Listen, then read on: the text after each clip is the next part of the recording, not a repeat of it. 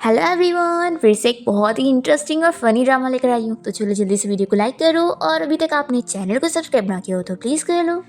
Drama की starting होती है हमारे मेल लीड जैन के साथ, जो कि अभी अपनी कंपनी की मीटिंग में होता है। तभी यहाँ पर उसका असिस्टेंट आकर उसे बताता है कि बॉस आपका बेटा मिल गया है। फिर ये सुनते के साथ ही जैन अपने बेटे को लेने जाने के लिए निकलता है और वो यहाँ एक फिश मार्केट आकर अपने बेटे शाओ को देखता है, जो कि यहाँ पर फिश बेच रहा था। जैन सोचता है कि यानी वो लड़की यहाँ पर फिश बेचने का काम करती है। फिर जैन यहाँ पर शाओ के पास आकर उसे कहने लगता है कि मुझसे डरो मत, और फिर वो अपने बारे में बताने जा रहा होता है कि इतने में शाओ कहता है कि आखिरकार आपने मुझे ढूंढ ही लिया।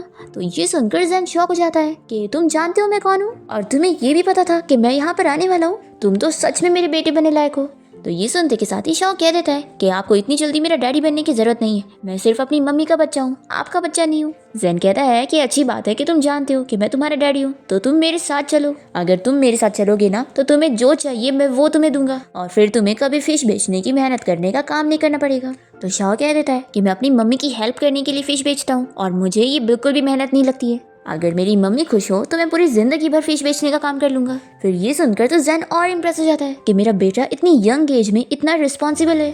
फिर जैन यहाँ पर शाओ से कह देता है कि तुम्हें मेरे साथ चलना होगा, क्योंकि मैं तुम्हारे टैलेंट को इस जगह पर वेस्ट होने नहीं दे सकता। और फिर वो अपने असिस्टेंट को शाओ को लेके चलने का ऑर्डर दे देता है, पर इतने में शाओ तो इन लोग को अपने चाकू से डरा देता है। और फिर वो इसे कहता है कि मिस्टर जैन, आप अपने ये बॉसी सीईओ वाले स्टाइल ना मेरे ऊपर अप्लाई करने का सोचना मत। मैं इस चीज को बिल्कुल भी सेकंड नहीं लेने वाला हूँ। अगर आपने मुझे यहाँ से फोर्स करके लेकर गए ना तो आप कभी मेरा दिल और मुझे कभी नहीं जीत पाएंगे। तो जैन पूछता है कि क्या तुम सच में मेरे साथ घर नहीं चलना चाहते हो?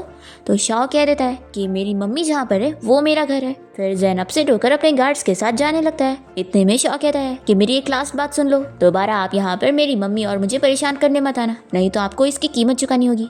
तो जैन पूछता है कि क्या तुम मुझे वार्निंग दे रहे हो? तो शाओ कहता है कि नहीं, आपको धमकी दे रहा हूँ। ये सुनकर जैन कहता है कि मैं इतना बड़ा हो गया लेकिन आज तक मुझे किसी ने धमकी नहीं दिया, और पहली बार जिसने मुझे धमकी दी है वो मेरा खुद का बेटा है। और फिर वो बहुत ही खुश होकर यहाँ से चला जाता है। फिर हम देखते हैं कि जैन जब अपनी कार से जा रहा होता है तभी हमारी फीमेल लीड सूजी यहाँ पर अपनी डिलीवरी करके वापस आ रही होती है, और वो यहाँ पर आकर शाह को थैंक्स कर रही होती है कि वो कितना अच्छा बेटा है जो अपनी मम्मी की स्टॉल देखने में हेल्प करता है। फिर वो पूछती है कि वैसे मैंने यहाँ पर बहुत सारी लग्जरी कार्स देखी, तो क्या कोई लोग आए थे? तो शाह कहता है कि मम्मी मैं तो फिश बेचने में इतना बिजी था कि मैंने ध्यान ही नहीं दिया, और वैसे मम्मी यहाँ पर जो भी आता है वो तो फिश खरीदने ही आता है ना। सूजी कहती है कि वो तो तुम सही कह रहे हो, लेकिन अभी मैंने जो लग्जरी कार देखी उससे तो मुझे लगा कि बहुत ही बड़ा प्रेसिडेंट यहाँ पर आया होगा, तो क्या इतने बड़े सीईओ को खुद फिश खरीदने आने की जरूरत होगी?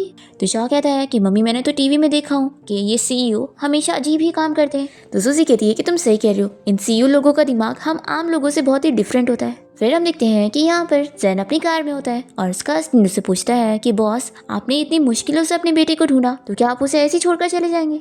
जैन कहता है कि तुम क्या चाहते हो कि मैं उसे फोर्सली यहाँ से लेकर जाऊँ ताकि वो पूरी जिंदगी भर मुझसे नफरत करे? तो असिस्टेंट कहता है कि बॉस लेकिन आपका बेटा तो इतने इजीली मानने वाला नहीं लगता। सच में वो लड़की कितनी चालाक है जो उसने मेरे ही बेटे को अपने डैड के खिलाफ ऐसे भड़का दिए, इसलिए अब मैं उस लड़की से मिलूंगा और मुझे चाहे जो करना पड़ जाए मैं उसे डील करके रहूंगा कि वो मेरा बेटा मुझे वापस करे। शाह मेरा बेटा है और वो मेरा इकलौता खून है, तो मैं उसे छोड़ कैसे सकता हूँ? फिर हम देखते हैं कि सूजी यहाँ पर शाह को लेकर घर आ जाती है और हमें पता लगता है कि शाह इकलौता नहीं है, बल्कि उसके और 2 छोटे भाई हैं और एक क्यूट सी सिस्टर भी है, और वो दोनों भाई ने मिलकर यहाँ पर इन लोगों के लिए पहले से ही डिनर रेडी करके रख चुके होते हैं। और वो लोग सूजी को टेस्ट करने के लिए कहते हैं कि मम्मी देखो हम लोगों ने न्यू डिश बनाया, और वो लोग शिन से भी पूछते हैं कि बताओ शिन कैसा लगा और हम दोनों में से किसने अच्छी डिश बनाया? वो कहने लगती है कि तुम दोनों ने, तो वो दोनों कहते हैं कि तुम हमेशा यही कहती हो। तो शाह बताता है कि जियाओ तुमने थोड़ी ज्यादा अच्छी डिश बनाई। तो जीचंग हार जाता है तो अपसेट होता है कि आखिर तुम मुझसे हमेशा अच्छी डिश क्यों बना लेते हो? तो जिया कहता है कि क्योंकि मैं तुमसे 1 मिनट पहले पैदा हुआ इसलिए।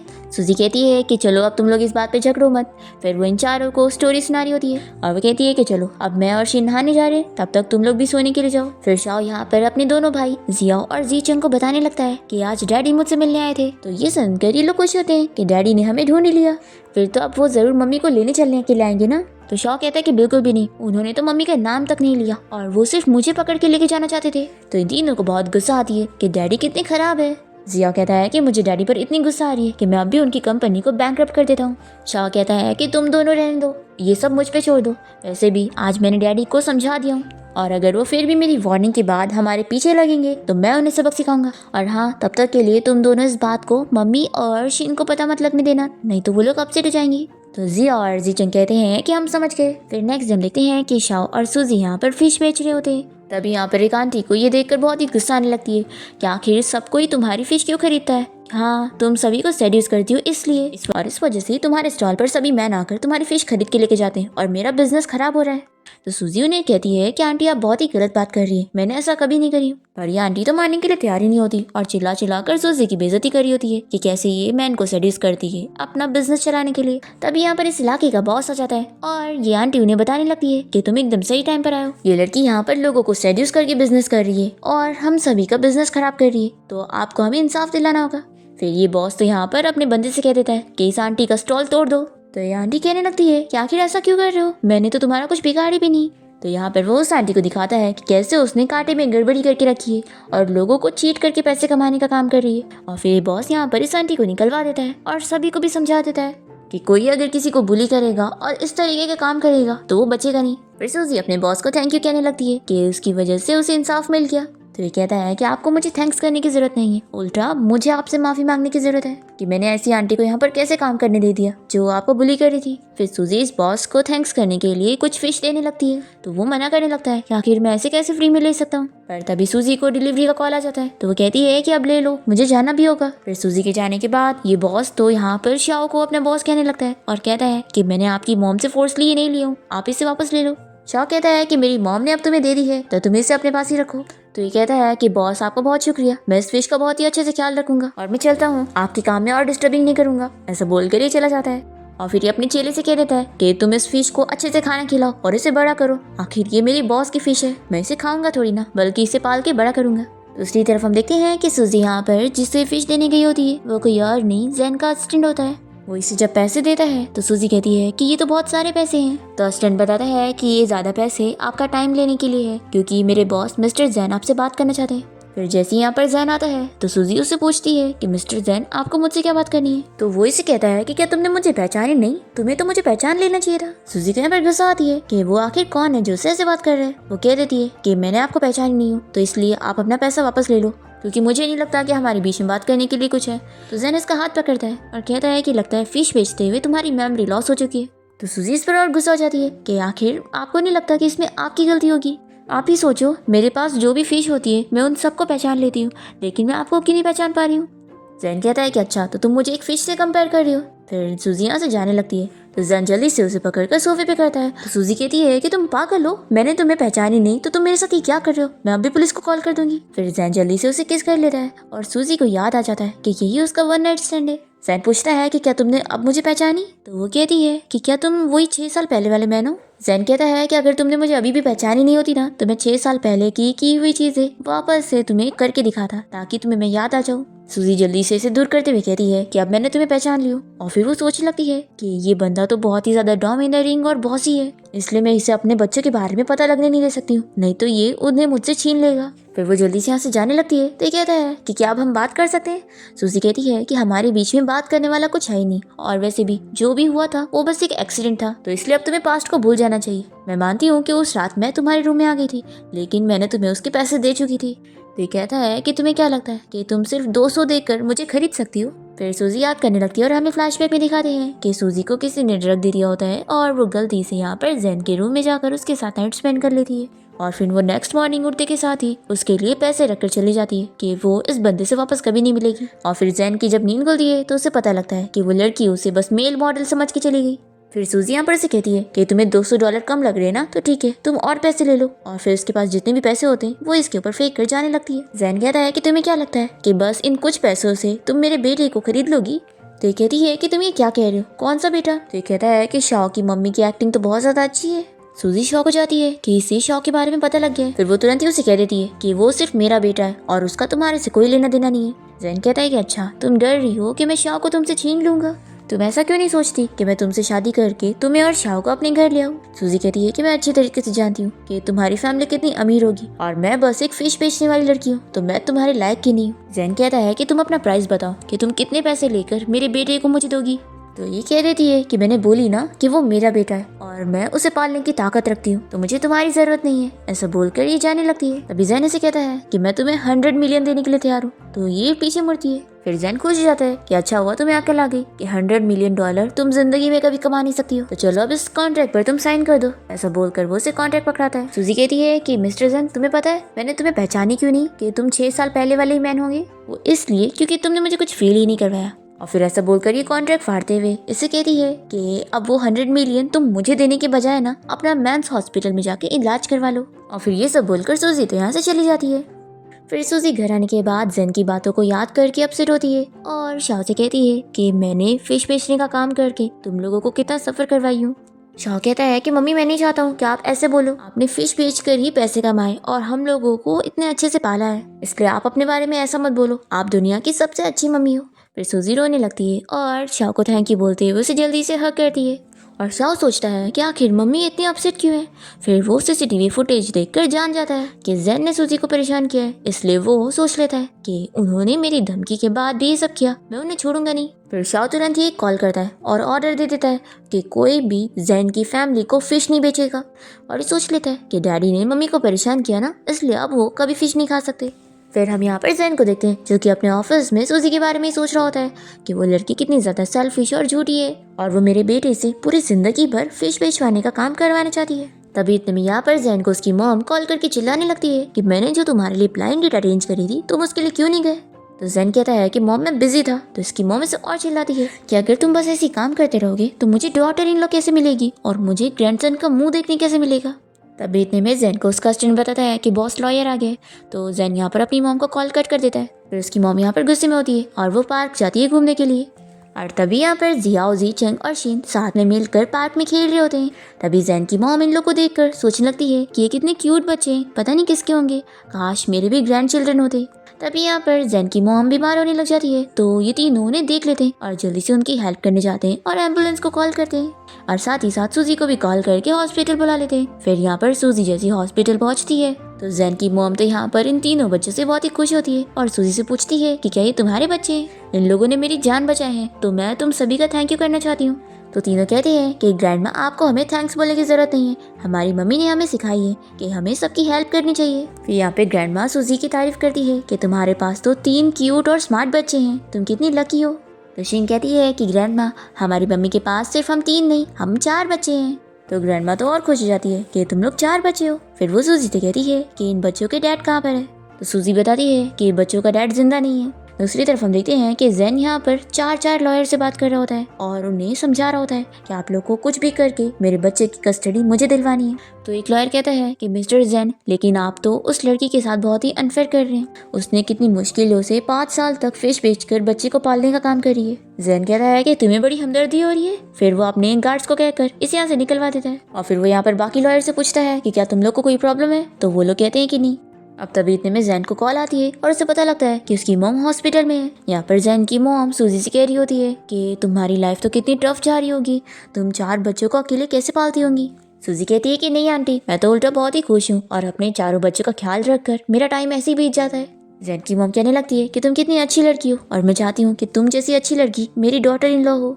क्या तुम्हें नहीं लगता कि तुम्हें दोबारा शादी करने के बारे में सोचना चाहिए और क्यों ना तुम मेरे बेटे से मिलो, वो बहुत ही अच्छा है, तुम्हें पसंद आएगा। तो सूजी कहने लगती है कि आंटी इसकी जरूरत नहीं है। पर यहाँ पर जैन की मॉम फिर भी जैन के बारे में उसे बताई जा रही होती है। तभी इतने में डॉक्टर आकर फैमिली की सिग्नेचर करने के लिए बोल रहा होता है। तो सूजी कहती है कि आपकी फैमिली वाले अभी नहीं आए हैं तो मैं उनकी जगह साइन कर देती हूँ। सूजी इन तीनों से कह देती है कि तुम लोग ग्रैंडमा के पास रहो, मैं अब भी आती हूँ। फिर हम देखते हैं कि उसके जाते ही यहाँ पर जैन आता है अपनी मॉम से मिलने के लिए और तभी यहाँ पर शीनी से देखते के साथ ही सोचती है कि ये अंकल कितने हैंडसम है और जियाओ और जेचंग समझ जाते हैं कि ये तो हमारा डैडी है। फिर वो यहाँ पर अपनी मॉम से मिलता है और पूछता है कि क्या आप ठीक हो। तो वो गुस्से में कहती है कि मेरी फिक्र मत करो, मैं अपने ग्रैंडसन से मिले बिना इस दुनिया से नहीं जाऊंगी। जीचंग जियाओ से कहने लगता है कि कितना बड़ा कोइंसिडेंस है ना कि हमने जिन ग्रैंडमा की जान बचाए वो हमारे डैडी की मम्मी है। तो जियाओ कहता है कि चुप हो जाओ, नहीं तो हम लोग के बारे में डैडी को पता लग जाएगा। जैन अपनी मॉम से पूछता है कि आखिर ये तीनों बच्चे यहाँ पर क्या कर रहे हैं। तो वो बताती है कि इन तीनों ने ही मेरी जान बचाए है। तभी शीन यहाँ पर जैन से कहने लगती है कि आप कितने हैंडसम हो, क्या आप मेरे डैडी बनोगे। जैन कहता है कि अगर मैं तुम्हारा डैडी बन जाऊंगा तो तुम्हारे डैडी का क्या होगा फिर। तो शीन कहती है कि मम्मी ने हमें बताया कि हमारे पैदा होने से पहले हमारे डैडी इस दुनिया को छोड़कर चले गए। तभी जिया और जीचन कहने लगते हैं कि बिल्कुल नहीं, हम किसी भी हैंडसम बंदों को अपना डैडी नहीं बना सकते। क्योंकि मम्मी हमेशा कहती है कि हैंडसम लोग बिल्कुल अच्छे नहीं होते। और फिर ये तीनों कहने लगते हैं कि ग्रैंडमा बाय, हम लोग अपनी मम्मी के पास जा रहे हैं। तभी जैन की मम्मी से कहती है कि तुम भी इनके साथ जाओ, उनकी मम्मी मेरे लिए साइन करने गई है, तो कहीं वो मेरी मेडिकल बिल ना भरने चली जाए।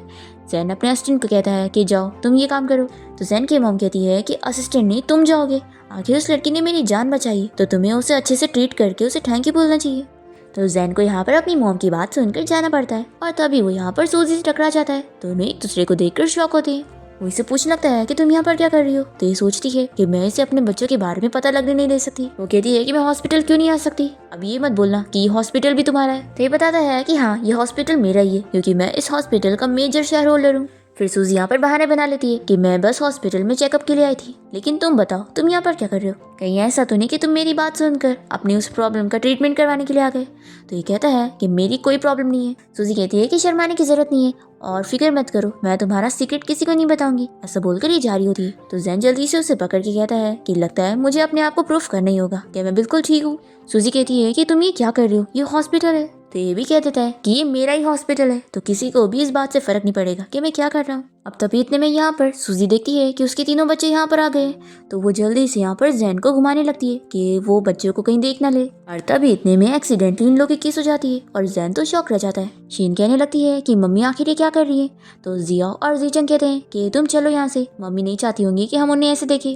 और फिर तीनों बच्चे यहाँ से भाग जाते हैं। फिर जैन यहाँ पर सूजी से कहता है कि लगता है तुम बहुत ज्यादा जल्दी में थी ये सब करने के लिए। तो वो कहती है कि तुम्ही ने मुझे बोला था ना कि तुम मुझे फ्री में सर्विस देना चाहते हो, तो मैं बस तुम्हारा टेस्ट ले रही थी और तुम मुझे ठीक ठाक लगे, इसलिए मैं तुम्हें 5 स्टार दे दूंगी। ऐसा बोलकर ये चली जाती है। और फिर जैन यहाँ पर अपनी मॉम के पास आकर उन्हें बताता है कि वो उस लड़की से नहीं मिल पाया। तो इसकी मॉम अपसेट हो जाती है, कैसे कैसे तुम उससे नहीं मिले, तुमने उसे थैंक्स भी नहीं करे, ऐसा कैसे चल सकता है। जैन कहता है कि मॉम कोई बात नहीं ना, वो साइन करके गई है तो हमें उसका एड्रेस पता चल जाएगा। फिर वो अपने असिस्टेंट को जाकर पता करने के लिए बोल देता है। और यहाँ पर जैन की मॉम कहने लगती है कि देखो वो लड़की बहुत ही अच्छी है और मैं चाहती हूँ कि तुम उससे शादी करो।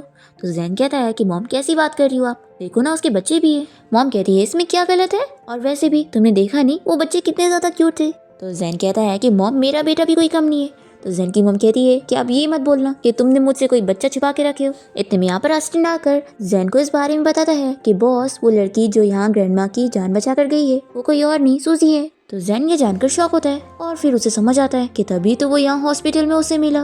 फिर ये समझ आता है कि वो इस सारी हरकतें क्यों कर रही थी, क्योंकि वो मुझसे अपने तीनों बच्चों के बारे में छुपाना चाहती थी। और यानी अब मेरे पास 4 बच्चे हैं तो मुझे उन सबको वापस लाना होगा। फिर यहाँ घर पे हम देखते हैं कि सूजी अपने चारों बच्चों के साथ डिनर कर रही होती है। तभी शीन यहाँ पर उसे पूछने लगती है कि मम्मी क्या आप उन हैंडसम अंकल को लाइक करती हो, तभी तो आप उन्हें हॉस्पिटल में किस कर रही थी। सूजी कहती है कि ऐसा बिल्कुल नहीं है, मैं उन अंकल को लाइक नहीं करती। तो शीन कहती है कि मम्मी मुझे तो वो हैंडसम अंकल बहुत पसंद आए और मैं तो चाहती हूँ कि वो मेरे डैडी बन जाए। तभी शीन के तीनों भाइयों से मना करने लगते हैं कि वो क्या कह रही है। तो शीन तुरंत ही कहती है कि नहीं, मुझे वो हैंडसम अंकल नहीं पसंद और मुझे कोई डैडी नहीं चाहिए। और फिर ये सभी सूजी को खाना सर्व करने लग जाते हैं। और फिर सूजी को रियलाइज होता है कि मैं कितनी ज्यादा सेल्फिश हूँ, मेरे बच्चों को सच में एक डैडी की जरूरत है। फिर नेक्स्ट हम देखते हैं कि शाओ सूजी के साथ काम पर जाने के लिए निकल रहा होता है। तभी यहाँ पर सूजी को याद आ रहा होता है कि कैसे जैन ने उसे बोला था कि वो क्या जिंदगी भर उसके बच्चे से फिश बेचने का काम करवाना चाहती है। इसलिए वो यहाँ पर शाओ को रोक देती है और कहती है कि तुम अब से घर पर ही रहो और मैं अकेले काम कर लूंगी। शाओ कहता है कि मम्मी आप ऐसा क्यों कह रही है, क्या मैंने कुछ गलत किया। तो सूजी कहती है कि नहीं, तुम तो बहुत ही अच्छे हो, पर देखो तुम छोटे हो ना, तो मैं नहीं चाहती हूँ कि तुम काम करो। तो शाह कहता है कि मम्मी मैं कोई छोटा नहीं हूँ, मैं 5 साल का हो चुका हूँ और मैं आपको ऐसे अकेले मेहनत करने नहीं दे सकता हूँ, इसलिए मैं भी आपके साथ चलूंगा और आपकी हेल्प करूंगा। तो सूजी उसे हक करके कहती है कि मेरा बेटा मेरे बारे में इतना सोचता है, मैं इसलिए बहुत ही खुश हूँ, लेकिन सच में तुम्हें मेरे साथ चलने की जरूरत नहीं है, मैं अकेले काम कर लूंगी। हाँ, अगर मुझे किसी दिन तुम्हारी हेल्प की जरूरत होगी तो मैं तुम्हें जरूर बोलूंगी चलने के लिए, और तब तुम मुझे मना मत करना। तो शाह कहता है कि मम्मी मैं आपको कभी मना नहीं करूंगा। सूजी कहती है कि ठीक है, फिर हमारे बीच में डील हो गई है, आपसे तुम घर पे रहकर भाई बहन के साथ खेलो और मैं काम पर जाऊंगी। फिर सूजी के यहाँ से जाने के बाद शाह सोचने लगता है कि मम्मी को क्या हो गया है। दूसरी तरफ हम देखते हैं कि सूजी जब यहाँ पर अपना काम कर रही होती है तभी यहाँ पर एक लड़का आकर उसे फ्लर्ट करने लगता है और उसे कहता है कि देखो मैं सिर्फ तुम्हारे पास आकर फिश खरीदता हूँ, मुझे तुम इतनी अच्छी लगती हो, क्यों ना तुम मेरी लवर बन जाओ, मैं तुम्हें बहुत सारे पैसे दूंगा, फिर तुम जितने चाहे उतने खर्च करना और तुम्हें ये फिश बेचने का काम भी नहीं करना पड़ेगा। सूजी से कहती है कि मुझे तुम में कोई इंटरेस्ट नहीं। तो ये से कहता है कि तुम मेरे सामने अच्छी बनने की एक्टिंग मत करो, अगर तुम इतनी अच्छी होती तो किसी वाइल्ड मैन के साथ नाइट स्पेंड नहीं करती। तब यहाँ पर जैन अपने गार्ड्स के साथ एंट्री मारता है और उसे चिल्लाता है कि तुम किसे वाइल्ड मैन कह रहे हो। फिर ये बंदा तो जैन से बहुत ही अच्छे से बात करने लगता है और कहता है कि मिस्टर जैन आप यहाँ पर कैसे। तो जैन कहता है कि तुम मुझे जानते हो। तो ये लड़का कहता है कि आप एक बिलियनर CEO हो, आपको कौन नहीं जानता, और वैसे आप ऐसी जगह पर क्या कर रहे हैं, ये जगह आपकी लायक की थोड़ी ना है। तो जैन इसे बता देता है कि अभी तुम जिस वाइल्ड मैन की बात कर रहे थे ना, वो मैं ही हूँ। तो ये सुनकर ये शॉक हो जाता है और कहता है कि आप इतने अमीर CEO होकर इस गरीब फिश बेचने वाली लड़की के साथ रिलेशन में कैसे हो सकते हैं। जैन कहता है कि क्या तुम्हें इस बात से कोई प्रॉब्लम हो रही है। तो ये तुरंत ही माफी मांगकर यहाँ से जाने लगता है। जैन कहता है कि रुको, तो तुम यहाँ पर फिश खरीदने आए होंगे ना। तो ये कहता है कि नहीं, मुझे फिश पसंद नहीं आई, इसलिए मैं जा रहा हूँ। तो जैन कहता है कि मैंने तो सुना कि तुम्हें फिश बड़ी पसंद है, इसलिए तुम यहाँ पे रोज खरीदने आते हो। तो फिर ये एक्टिंग करता है कि हाँ, मुझे फिश बहुत ही पसंद है, इसलिए मैं यहाँ पर खरीदने आया था। जैन कहता है कि ठीक है, फिर तुम्हें फिश इतनी पसंद है तो मैं तुम्हें अपनी तरफ से फिश की ट्रीट देता हूँ। और फिर जैन अपने असिस्टेंट को इसे फिश खिलाने के लिए बोल देता है। तो ये लोग इसके मुंह में फिश डालने लग जाते हैं। जैन कहता है कि क्या हुआ, तुम्हें तो फिश पसंद है ना, और मैं तुम्हें खिला रहा हूँ तो तुम खाओगे नहीं। और फिर जैन इसे सबक सिखाने के बाद गार्ड्स को बोलता है कि इसे यहाँ से लेकर जाओ। और फिर जैन यहाँ पर सूजी से कह देता है कि तुम ये मत सोचना कि मैं तुम्हारी हेल्प कर रहा हूँ, मैं तो बस ये नहीं चाहता कि मेरे बेटे की बेइज्जती हो। सूजी कहती है कि तुम यहाँ पर इसलिए आए हो ना ताकि तुम शाओ को अपने साथ लेके जा सको। जैन कहता है कि सिर्फ शाओ को नहीं, जियाओ, जी चंग और शीन को भी। तो ये सुनकर ये शौक हो जाती है कि तुम्हें सबके बारे में पता लग गया। ये कहता है कि क्या तुम मुझसे जिंदगी भर मेरे चारों बच्चों को छुपा के रखना चाहती थी। और फिर जैन इसे 500 मिलियन का कार्ड देने लगता है उसके 4 बेबी के नाम पर। तो वो अपने चारों बच्चों के बारे में सोचते हुए इसे लेने से मना कर देती है। ये कहता है कि वापस से सोच लो, अगर तुम कोर्ट भी जाती हो ना तो ये केस मैं ही जीतूंगा और चारों बच्चों की कस्टडी मुझे ही मिलेगी, और फिर तुम्हें कोई पैसे भी नहीं मिलेंगे। सूजी पूछती है कि क्या अगर तुम चारों बच्चों को लेकर चले जाओगे तो मुझे उन्हें देखने दोगे। तो ये शौक होकर कहता है कि क्या तुम मुझे उन्हें लेके जाने दे रही हो। सूजी कहती है कि अगर तुम मुझे उन्हें कभी कभी देखने दे दिया करोगे तो मैं इस बात के लिए रेडी हूँ, फिक्र मत करो, मैं तुम्हें परेशान नहीं करूंगी, और मुझे पता है कि मैं तुम्हारी वाइफ नहीं बन सकती। ये कहता है कि तुमने अपना माइंड कैसे चेंज करी। तो सूजी कहती है कि तुमने सही कहा था कि मैं इनकेपेबल हूँ, और मैं अब नहीं चाहती हूँ कि मेरी वजह से मेरे बच्चे सफर करें और जिंदगी भर मेरे साथ मिलकर फिश बेचे। ये कहता है कि मैंने ऐसा नहीं बोला था कि तुम इनकेपेबल हो। सूजी कहती है कि मैंने सोच लिया कि बच्चे तुम्हारे साथ रहेंगे तो ज्यादा बेहतर रहेगा, उनकी लाइफ अच्छी रहेगी। जैन कहता है कि वो लोग तुम्हें मम्मी भी नहीं बोलेंगे, तो भी क्या तुम इस बात से रेडी हो। सूजी कहती है कि हाँ, बस तुम उनका अच्छे से ख्याल रखना, फिर वो लोग मुझे मम्मी नहीं बोलेंगे तो भी मैं खुश हूँ। और फिर ये अपने आंसू पोंछते हुए इसे कहती है कि तुमने एग्रीमेंट लाए होंगे ना, लाओ दो, मैं साइन करती हूँ। और फिर ये जल्दी से साइन करने जा रही होती है। तो जैन कहता है कि क्या तुम पहले पढ़ना नहीं चाहोगी। सूजी कहती है कि तुम बस मेरे बच्चों को खुश रखो, उससे ज्यादा मेरे लिए और कोई कंडीशन मैंने नहीं रखती, मैं सबके लिए रेडी हूँ। और फिर ये साइन करने जा रही होती है और सोचती है कि मुझे बच्चों के अच्छे फ्यूचर के लिए ये करना होगा। पर तभी इतने में वो चारों यहाँ पर आ जाते हैं और जल्दी से सूजी से एग्रीमेंट लेकर फाड़ देते हैं। और फिर सभी बारी बारी कहते हैं कि मम्मी हम आपको छोड़कर कहीं नहीं जाएंगे और आप हमें ऐसे छोड़ नहीं सकती मम्मी। तो सूजी कहती है कि मैं तुम लोग को छोड़ थोड़ी ना रही हूँ, तुम लोग अपने डैडी के पास जा रहे हो। तो ये लोग कहते हैं कि डैडी अगर आपसे हमें दूर कर रहे हैं तो हम डैडी के पास नहीं जाने वाले, हमें सिर्फ मम्मी चाहिए। फिर सूजी अपने चारों बच्चों का प्यार देखते हुए उनसे कह देती है कि तुम लोग फिक्र मत करो, मैं तुम लोग को छोड़कर कहीं नहीं जाऊंगी। और फिर वो अपने बच्चों को हक करके रो रही होती है। तो ये देखकर असिस्टेंट कहता है कि मेरे कोई बच्चे नहीं है लेकिन मुझे फिर भी रोना आ रहा है। जैन कहता है कि तुम भी मेरे बारे में सोच रहे होंगे ना कि मैं इन लोग को अलग कर रहा हूँ, कितना क्रूएल हूँ। तो असिस्टेंट हाँ कह देता है। तो ये कहता है कि तुम सच में मुझे क्रूएल बोल रहे हो। तो असिस्टेंट कहता है कि बिल्कुल भी नहीं बॉस। जैन कहता है कि लोग मुझे क्रूएल समझे या ना समझे, मैं कुछ ना कुछ रास्ता निकाल कर अपने बच्चों को अपने साथ लेकर जाऊंगा। ऐसा बोलकर ये यहाँ से चला जाता है। फिर सूजी और बच्चे घर चले जाते हैं और सूजी के सो जाने के बाद शाओ यहाँ पर अपने दोनों भाई और बहन के पास आता है और कहता है कि क्या आप तुम लोग रेडी हो। तो वो तीनों कहते हैं कि हाँ हम रेडी हैं। शाओ कहता है कि मैंने डैडी को पहले ही धमकी दे चुका था कि वो हमें और मम्मी को अलग करने की कोशिश ना करे, पर उन्होंने मेरी बात नहीं मानी, तो अब मुझे उन्हें सबक सिखाना है। जिया और जीजन कहते हैं कि डैडी ने हमारी मम्मी की फीलिंग्स के बारे में कंसीडर नहीं करा और हम बच्चों को बिना मॉम का करना चाहा, इसलिए अब हम उन्हें छोड़ेंगे नहीं। जिया कहता है कि अब मैं डैडी की कंपनी को हैक करूंगा और जीजन कहता है कि मैं उनकी स्टॉक प्राइस को गिरा दूंगा। फिर शिन पूछती है कि भाई मैं क्या करूँ। तो शाओ कहता है कि तुम दोनों को चीयर करो। फिर हम देखते हैं कि जैन का असिस्टेंट उसे बारी बारी आकर ये दोनों प्रॉब्लम के बारे में बताता है कि कंपनी को किसी ने हैक कर लिया है और हमारा एक्सपर्ट भी ये प्रॉब्लम सॉल्व नहीं कर पा रहा है, और साथ ही साथ कंपनी की स्टॉक प्राइस भी गिर गई है। जैन सोचने पड़ जाता है कि आखिर कौन अचानक से उसकी कंपनी के पीछे पड़ गया है। फिर शाओ यहाँ पर अपने दोनों भाई से कहता है कि मम्मी अब जागने वाली होंगी तो हमें यहीं पर स्टॉप करना चाहिए। फिर ये लोग जल्दी से लैपटॉप बंद कर देते हैं और फिर सूजी यहाँ पर आकर इन लोग से पूछती है कि तुम लोग क्या कर रहे थे। तो ये लोग कहते हैं कि मम्मी हम लोग कार्टून देख रहे थे। तो सूजी कहती है कि फिर आराम से देखो, मैं तुम लोग के लिए जल्दी से खाना रेडी कर रही हूँ। दूसरी तरफ जैन यहाँ अपने घर पहुँचता है और अपने मॉम डैड से कहता है कि आप लोगों ने मुझे कॉल करके घर क्यों बुलाया। अगर आप लोग कंपनी की प्रॉब्लम की वजह से परेशान है तो आप लोग फिक्र मत करो, मैं कंपनी की प्रॉब्लम सॉल्व कर लूंगा। तो उसकी मम्मी से चिल्लाती है कि मैं तुम्हारे कंपनी का काम का कुछ नहीं जानती हूँ, मैंने तुम्हें इसलिए बुलाई हूँ ताकि तुम मुझे बताओ कि कब तुम अपनी वाइफ और बच्चों को घर लेकर आओगे। जैन कहता है कि बच्चों को तो मैं घर ले आऊंगा, लेकिन वाइफ को नहीं लाने वाला, क्योंकि वो मेरी वाइफ नहीं है। तो जैन की मम्मी से चिल्लाती है कि तुम पागल हो गए हो, उसने तुम्हें प्यारे से 4 क्यूट बच्चे दिए और तुम उसे अपनी वाइफ नहीं बनाना चाहते, तो क्या तुम एक चीटर बनना चाहते हो? देखो, अगर तुम अपनी वाइफ और चारों बच्चों को घर नहीं लाए तो मैं तुम्हें छोड़ूंगी नहीं। तभी जैन कहता है कि मॉम, मुझे कंपनी के काम के लिए जाना है, और फिर वो यहाँ से जा रहा होता है। तभी उसकी मॉम वो कॉन्ट्रैक्ट देख लेती है और से चिल्लाती है कि तुम पागल हो, सूजी के ऊपर केस करना चाहते हो उसकी चारों बच्चों की कस्टडी लेने के लिए। और फिर जैन की मॉम यहाँ पर उसके डैड को बताने लगती है कि देखो तुम्हारे बेटे को सीईओ बनने के बाद अब ये क्या बन गया है। फिर जैन के डैड भी उसे चिल्लाते हैं कि बेटा, मैंने तुम्हें ये सिखाया हूँ कि तुम ये हरकतें करो। तो जैन कहता है कि मॉम डैड, मैं क्या कर सकता हूँ, आखिरकार वो मेरे बच्चे, तो उन्हें वापस लाने के लिए मुझे कस्टडी लेनी होगी। तो जैन की मॉम उसे चिल्लाती है कि झूठ मत बोलो कि कोई रास्ता नहीं है, तुम उससे शादी क्यों नहीं कर रहे हो। तो ये कहता है कि मॉम, ऐसी कोई भी लड़की हमारी फैमिली में थोड़ी ना आ सकती है। तो इसकी मॉम इसे चिल्लाती है कि तुम उसका स्टेटस देखकर उसे मना कर रहे हो। तुम्हें पता है, जब मैंने तुम्हारे डैड से शादी करी थी ना, तो ये एक गरीब लड़के थे, और अगर मैंने इनसे शादी ना करी होती ना, तो आज तुम इस पोजीशन पर ना होते, समझे। तो जैन कहता है कि मॉम, ऐसी बात नहीं है कि मैं उसे कम लेवल का समझ रहा हूँ। तो मॉम कहती है कि फिर कौन सी बात है, अब ये मत कहना कि तुम लोग के बच्चे भी हो गए और तुम उसे लाइक भी नहीं करती। तो जैन कहता है कि मॉम, ये बात सही है कि मैं उसके बारे में कुछ भी फील नहीं करता हूँ, पर फिर इसे अपनी और सुजी की किस याद आने लगती है, और इसकी मॉम इसे चिल्लाती है कि अपने डैड की तरह जिद्दी मत बनो और चुपचाप से उस लड़की से शादी करके उसे घर लेकर आओ। देखो, मैं तुम्हारी फिक्र नहीं कर रही हूँ, अपनी कर रही हूँ, या आखिर तुम्हारी वाइफ के आए बिना मैं इस दुनिया से कैसे जाऊंगी। तभी इतने में हाउसकीपर आकर इन लोग को बताता है कि घर पे कोई फिश नहीं है, तो फिश की कोई डिश नहीं बन सकती। जैन कहता है कि ऐसा कैसे, मॉम को तो फिश पसंद है।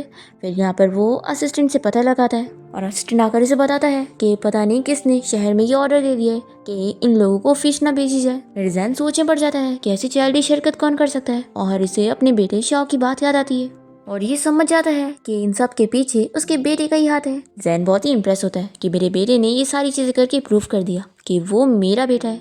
ऑस्टिन कहता है कि बॉस, आप ये कह रहे हैं कि वो छोटे बच्चे ने ही सारा काम किया है। तो जैन कहता है कि क्या हुआ, तुम्हें शक है कि मेरा बेटा इस काबिल नहीं है। ऑस्टिन कहता है कि नहीं बॉस, मुझे बिलीव है, लेकिन आखिर वो ऐसा क्यों कर रहा है। तो जैन कहता है कि ऑफ कोर्स अपनी मॉम के लिए। तो अब मेरे बेटे ने अब ये क्लियर कर ही दिया है, तो मुझे हार मानना होगा और अब मैं उससे शादी करके उसे घर लेकर आऊंगा। फिर जैन शाओ को कॉल करने लग जाता है, पर शाओ इसका कॉल कट कर देता है और ये कहता है कि अच्छा, तो ये प्रॉब्लम से बचने के लिए इतनी जल्दी सरेंडर कर रहे हैं, नहीं, हम इतनी जल्दी रुकेंगे नहीं। फिर टीवी में न्यूज़ चल रही होती है कि जैन की कंपनी का 30 बिलियन का नुकसान हो गया है। तभी सूजी ये न्यूज़ देखकर अपसेट हो जाती है कि उसकी कंपनी प्रॉब्लम में पड़ गई, और यहाँ पर ये चारों बच्चे ये नोटिस कर लेते हैं कि मम्मी डैडी की फिक्र कर रही है। फिर इन लोगों को भी तरस आ जाता है कि डैडी ने अब सबक सीख लिए हैं, तो अब हम उन्हें माफ़ कर देते हैं और उन्हें सरेंडर करने का मौका देते हैं। दूसरी तरफ जैन यहाँ कंपनी में अपसेट होता है कि शाओ ने अभी भी उसका नंबर ब्लॉक पे से हटाया नहीं। तभी अस्टिन आकर बताने लगता है कि बॉस, सभी शेयर होल्डर आपसे बात करना चाहते हैं, कंपनी की स्टॉक प्राइस जो गिर गई है उस बारे में। जैन कहता है कि जाकर उन लोगों से कह दो कि मेरे बेटे ने बस थोड़ी सी तो स्टॉक प्राइस गिरा है, इससे क्या ही हो जाएगा,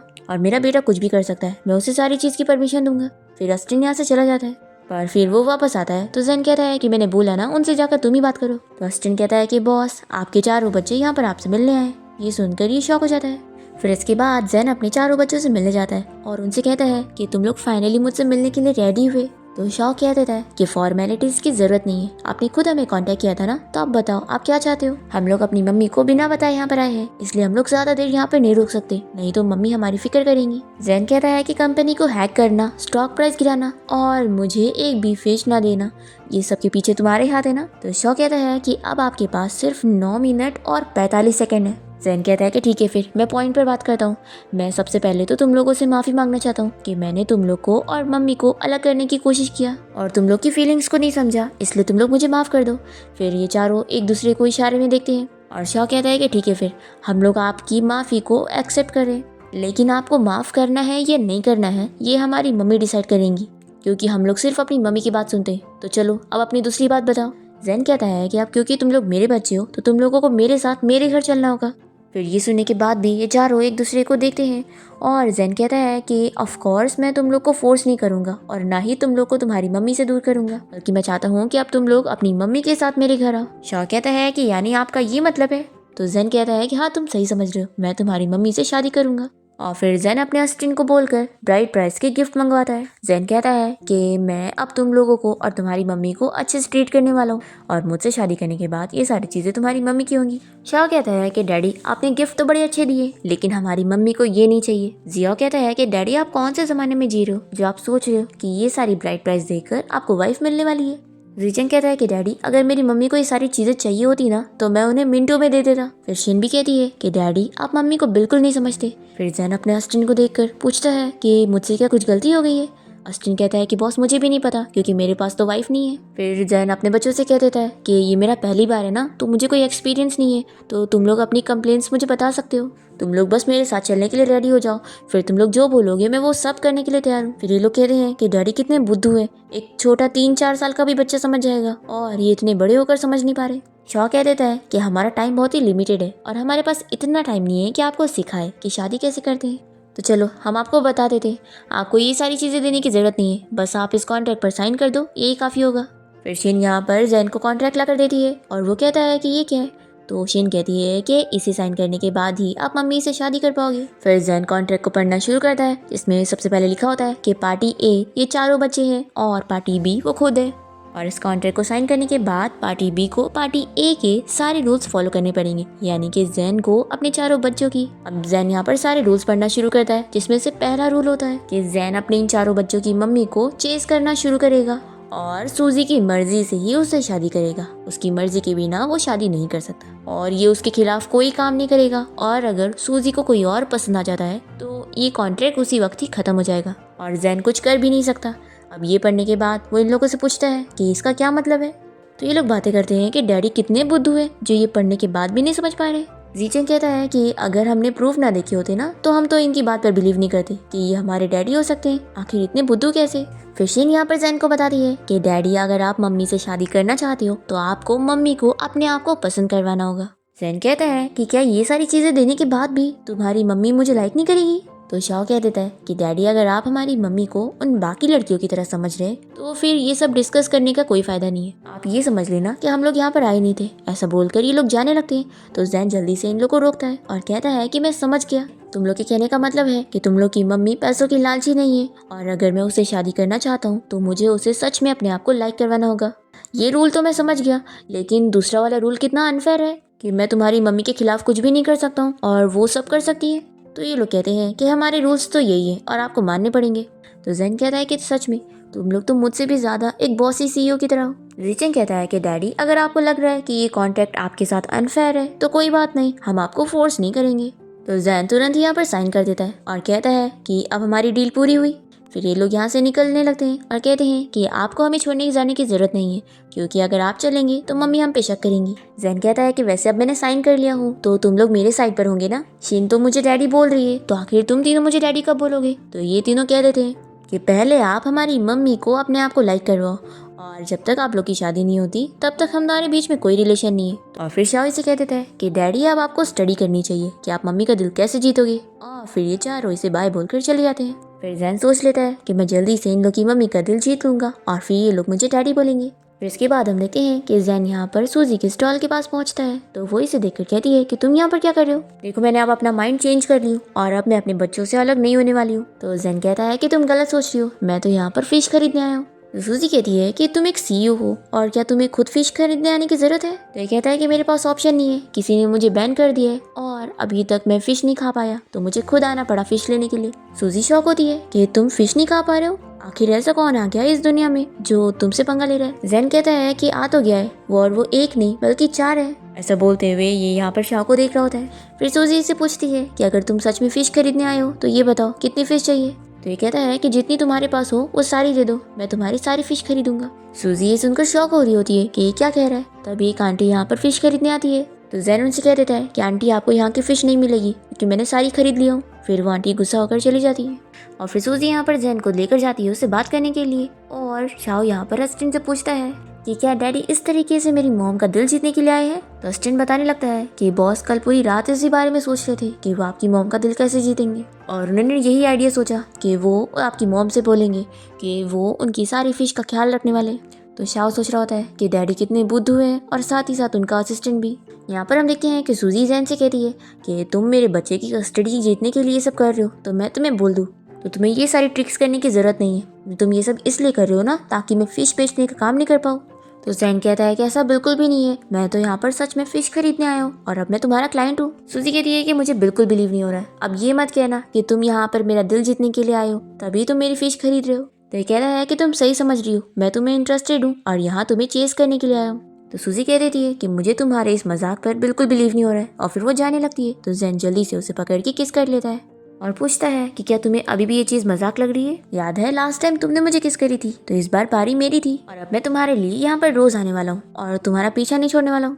तो सूजी इसे पीछे छुड़ाने के लिए इसे झूठ कह देती है कि मैं ऑलरेडी किसी और को लाइक करती हूँ, इसलिए अब तुम मेरा पीछा छोड़ दो। ऐसा बोलकर ये जाने लगती है और फिर जैन यहाँ पर अपने असिस्टेंट से कहता है कि इस बारे में पता लगाओ कि ये किसे लाइक करती है। फिर सूजी जब यहाँ पर शाह के पास आती है तो शाह से पूछता है कि मम्मी क्या आप ठीक हो? सूजी कहती है कि फिक्र मत करो, अब तुम्हारा वो डैडी हमें यहाँ वापस परेशान करने नहीं आएगा। तो शाह सोचता है कि लगता है डैडी तो फेल हो गए। अब तभी यहाँ पर इस इलाके का बॉस फिर से आया होता है और वो शाह को दिखाने लगता है कि बॉस देखो, आपने जो मुझे फिश दिए थे वो कितनी बड़ी हो गई है। शाह कहता है कि मेरी मम्मी ने जो तुम्हें फिश दी थी वो तुमने खाया क्यों नहीं?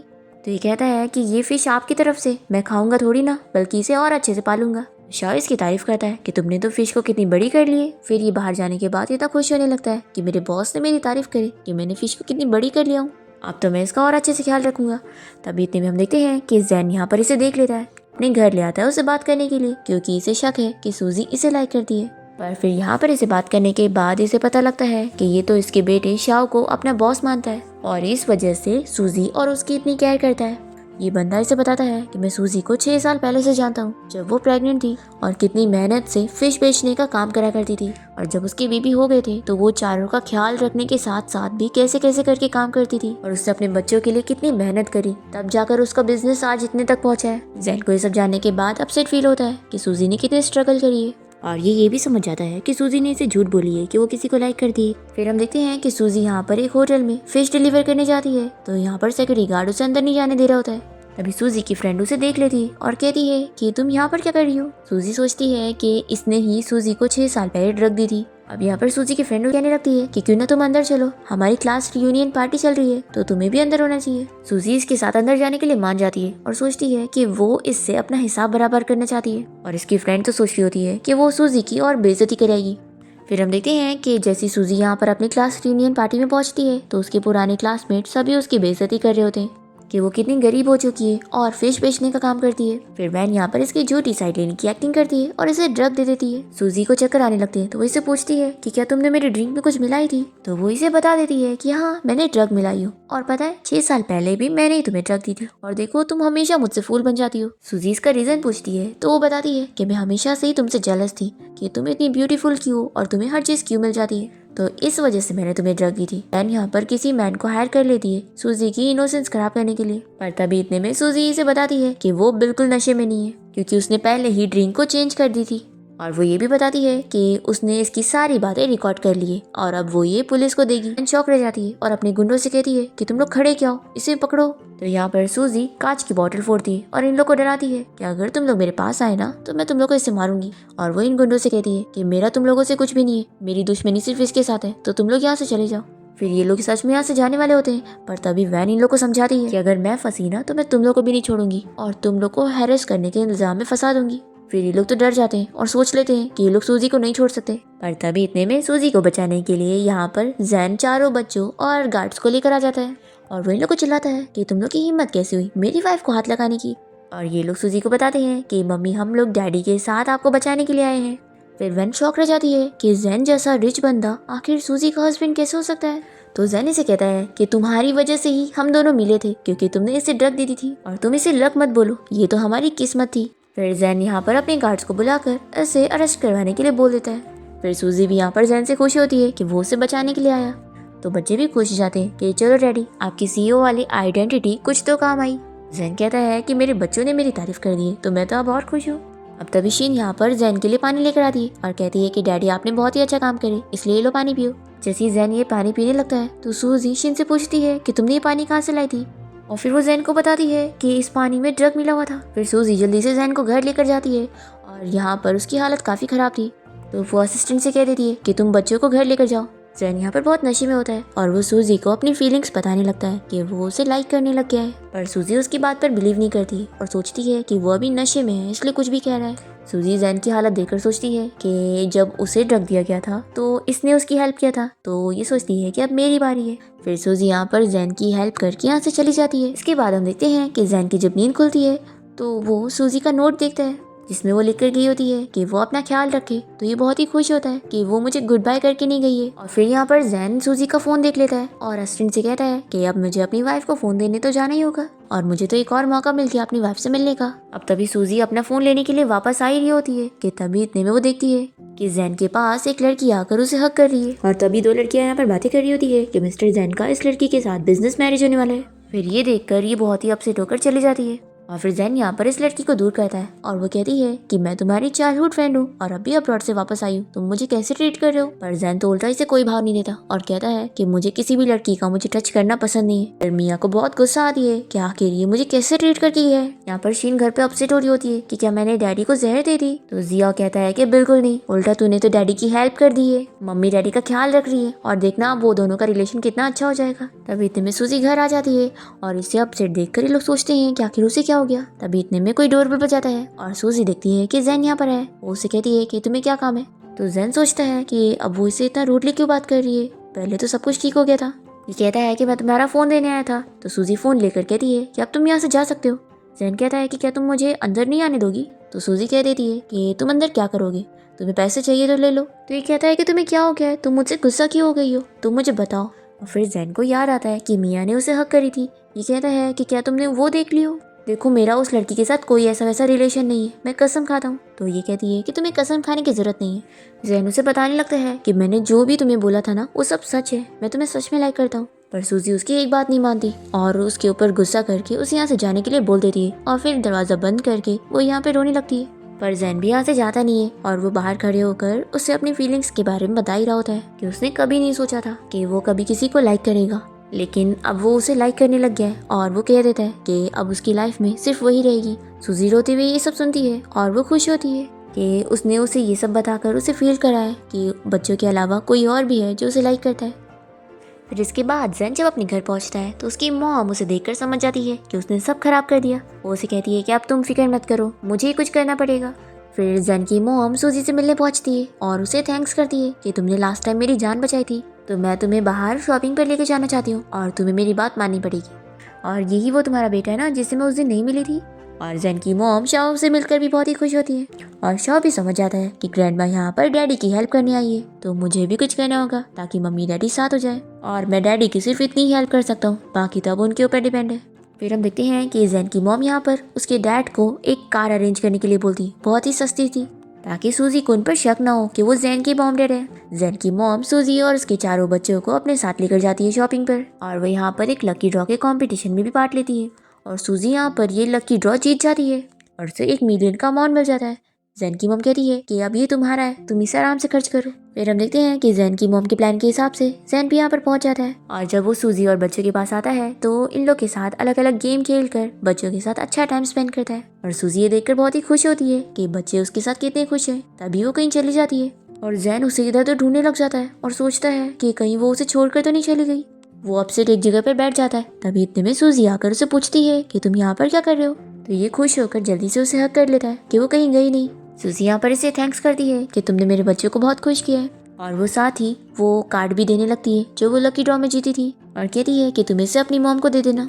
जैन कहता है कि तुम्हें कैसे पता लग गया कि वो मेरे पेरेंट्स थे। सूजी कहती है कि पहले तो मुझे बस शक था, लेकिन जब मैंने तुम्हें यहाँ पर देखी तो मुझे पूरा यकीन हो गया। कहता है कि मेरे पेरेंट्स तुमसे कोई झूठ नहीं बोलना चाहते थे, वो तो बस मेरी हेल्प कर रहे थे। सूजी कहती है कि मैं जानती हूँ और फिर सूजी यहाँ पर जैन को एक गिफ्ट देती है और कहती है कि तुमने आज बच्चों को खुश करके मुझे भी बहुत खुश किया है। ऐसा बोलकर वो चली जाती है। फिर जैन देखता है कि सूजी उसे वॉच गिफ्ट करके गई है तो ये बहुत ही खुश जाता है कि उसे लगा था कि वो अपसेट हो जाएगी ये सारा सच जानने के बाद, पर वो तो उससे खुश हो गई है। फिर जैन अपने मॉम डैड को बता देता है कि सूजी को उन लोग के बारे में सब पता लग गया तो ये लोग अपसेट हो जाते हैं कि अब तो सूजी तुमसे दूर हो गई होगी। तो ये कहता है कि बिल्कुल नहीं, वो तो उल्टा खुश हो गई है। अब तभी वैन यहाँ पर जैन और उसके मॉम डैड की सारी बातें सुन लेती है और इसे बहुत ही गुस्सा आती है कि जैन की लाइफ में कोई और लड़की आ गई है। ये अपने असिस्टेंट को बोलकर पता लगाती है कि वो लड़की कौन है। तो इसे पता लग जाता है कि वो सूजी नाम की कोई फिश बेचने वाली लड़की है। ये सोच लेती है कि मुझे उस लड़की को रास्ते से हटाना होगा क्योंकि जैन की वाइफ सिर्फ मैं बनूंगी। ये अपने असिस्टेंट से कहती है कि वो बच्चों की वजह से उससे शादी कर रहा होगा ना, तो अब मैं उसके बच्चों को ही मार दूंगी। फिर यहाँ पर इसका असिस्टेंट गुंडे को हायर करने जाता है चारों बच्चों को मारने के लिए। पर ये तो हमारे सूजी के इलाके का बॉस होता है, जो कि चारों बच्चों का फोटो देखने के बाद इसे कहता है कि ठीक है, मैं इन्हें पकड़ कर लेकर आता हूँ। और फिर ये यहाँ पर उल्टा इसे ही बांध देता है और कहता है कि मैंने तुम्हारा काम कर दिया। और फिर ये यहाँ पर इसे शाओ से मिलवाता है और कहता है कि देखो ये मेरा बॉस है। शाओ इसे पूछता है कि तुम बताओ कि तुम्हें हमें मारने का ऑर्डर किसने दिया है। तो ये इन लोग को बता देता है कि मिस वैन का ऑर्डर था।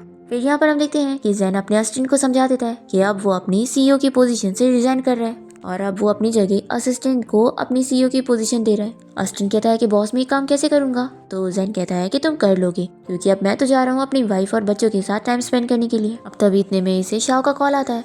तो ये कहता है कि आज हम लोग तुम्हारी मम्मी के साथ डिनर पे बाहर चलेंगे। तो शाओ इसे बता देता है कि डैडी मम्मी की जान को खतरा है। हम यहाँ पर देखते हैं कि वैन कार चलाते हुए सूजी को मारना चाह रही होती है, पर तभी इतने में जैन जल्दी से भागते हुए जाकर सूजी को बचा लेता है और उसे चोट लग जाती है। तो सूजी उसकी बहुत फिक्र करती है और कहती है कि तुम्हें क्या हो गया है। तो वो जल्दी से उठ जाता है और कहता है कि मैं ठीक हूँ। फिर जैन के गार्ड्स यहाँ पर वैन को पकड़ लेते हैं और जैन ऑर्डर दे देता है कि अब इसकी फैमिली को वो बैंकरप्ट करेगा। फिर सूजी यहाँ पर जैन से कह रही होती है कि तुम्हें इतनी चोट लग गई है, तुम्हें हॉस्पिटल चलना चाहिए। तो वो कहता है कि नहीं, मैं बिल्कुल ठीक हूँ, तो चलो मैं तुम्हें घर लेके चलता हूँ। फिर जैन यहाँ पर सूजी को घर छोड़ने तक आता है और वो कहती है कि अच्छा ठीक है, अब तो हॉस्पिटल जाओ, मुझे तुम्हारी फिक्र हो रही है। तो जैन कहता है कि ठीक है, मैं अपने असिस्टेंट के साथ जा रहा हूँ।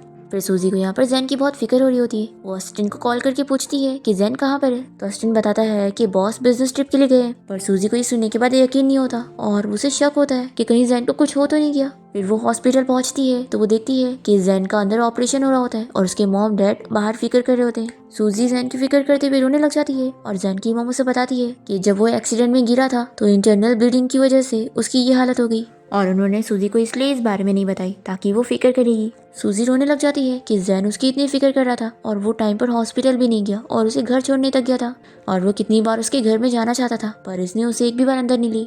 सूजी को इस बात का बहुत ही बुरा लगता है और वो जैन से कहने लगती है कि तुम बस एक बार ठीक हो जाओ, फिर मैं तुम्हारी सारी बातें मानूंगी। फिर डायरेक्ट हम 1 साल बाद देखते हैं कि इस न्यूज़ में बताया जा रहा होता है कि जैन ने अपनी सीईओ की पोजीशन से रिजाइन दे दी है और अपने असिस्टेंट को सीईओ बना दिया है। ये न्यूज़ देखकर लोग शॉक हो रहे होते हैं कि आखिर कोई सीईओ ऐसा भी करता है। हम देखते हैं यहाँ पर जैन को, जो कि अपनी वाइफ यानी कि सूजी के साथ फिश बेचने का काम कर रहा होता है। तभी एक आंटी उसे पहचान जाती है कि तुम तो वही फेमस सीईओ मिस्टर जैन हो ना। तो जैन कहता है कि बिल्कुल नहीं आंटी, अब मैं कोई सीईओ नहीं हूँ, अब मैं अपनी वाइफ का हस्बैंड हूँ और एक फिश बेचने वाला हूँ। और इसी के साथ इस ड्रामा की हैप्पी एंडिंग हो जाती है।